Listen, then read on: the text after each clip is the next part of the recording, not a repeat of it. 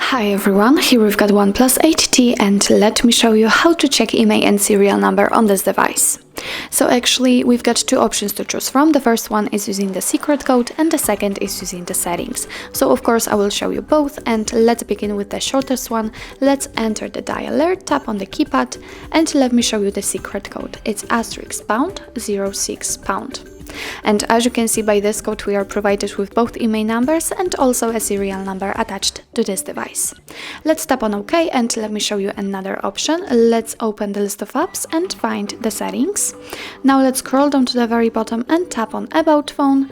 And now we have to find the status. Let's tap here. And as you can see here, we've got both IMEI numbers for both SIM slots and also a serial number attached to this device.